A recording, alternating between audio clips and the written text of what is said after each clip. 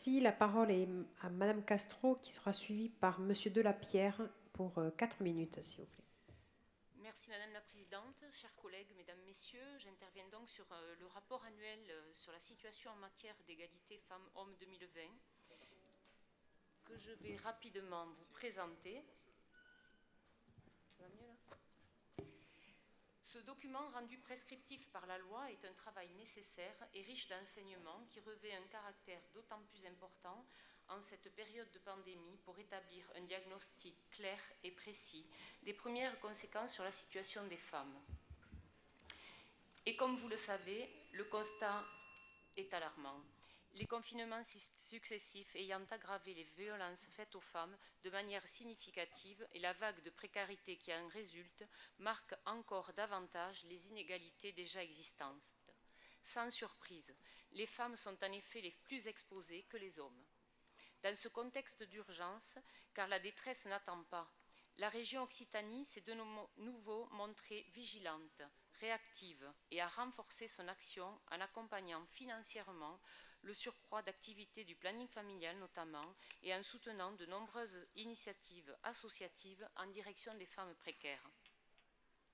Ce bilan met aussi en lumière toute la considération et l'attention portée vers la jeunesse par un large éventail d'actions de sensibilisation, d'éducation ou de formation.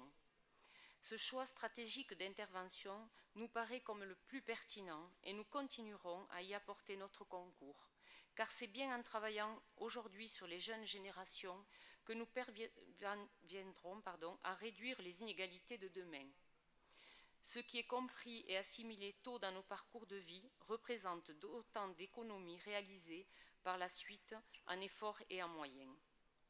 En ces temps d'actualité politique de pré-campagne présidentielle, pour le moins déroutante, où des discours portés par un nouveau type d'acteurs, mi-polémistes, mi-candidats, pointent tous les progrès des politiques de parité comme étant une déviance de l'époque qui menacerait le mérite républicain, il convient de rester ferme et résolu en poursuivant et en approfondissant notre engagement pour l'égalité femmes-hommes.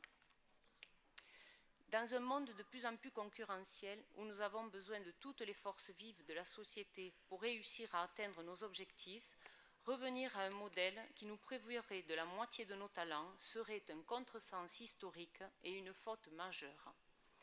Ce défi de progrès pour une société plus juste et plus égalitaire doit donc naturellement demeurer au cœur de nos politiques et avec la définition prochaine du nouveau plan d'action, nous continuerons à cheminer à vos côtés, Madame la Présidente, vers cet horizon où chacune et chacun sera enfin considéré sur un pied d'égalité avec le même respect et la même attention. Je vous remercie.